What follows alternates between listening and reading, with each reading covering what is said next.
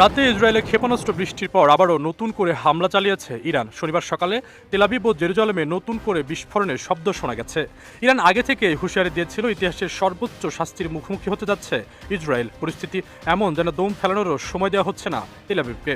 ইতিমধ্যে ইসরায়েলের প্রতিরক্ষা দপ্তর এবং ক্ষেপণাস্ত্র প্রতিরক্ষা ব্যবস্থায় হামলা চালিয়েছে তেহরান। ইসরায়েলের ডিফেন্স ফোর্স বাসিন্দাদের নিরাপদ স্থানে আশ্রয় নেওয়ার আহ্বান জানিয়েছে। সেই সঙ্গে পরবর্তী নির্দেশনা না দেওয়া পর্যন্ত সেখানে থাকার আহ্বান জানানো হয়েছে। ইসরায়েলের উত্তর শহরগুলোর অধিকাংশ জায়গা থেকে সাইরেনের শব্দ শোনা যাচ্ছে। দেশটির প্রতিরক্ষা বাহিনী জানিয়েছে রকেটগুলো ইরান থেকে আসছে।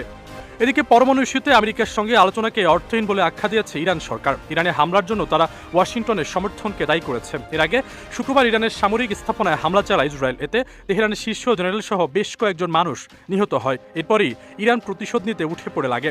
শঙ্কা করা হচ্ছে সর্বাত্মক যুদ্ধে জড়িয়ে পড়েছে মধ্যপ্রাচ্যের পরশক্তির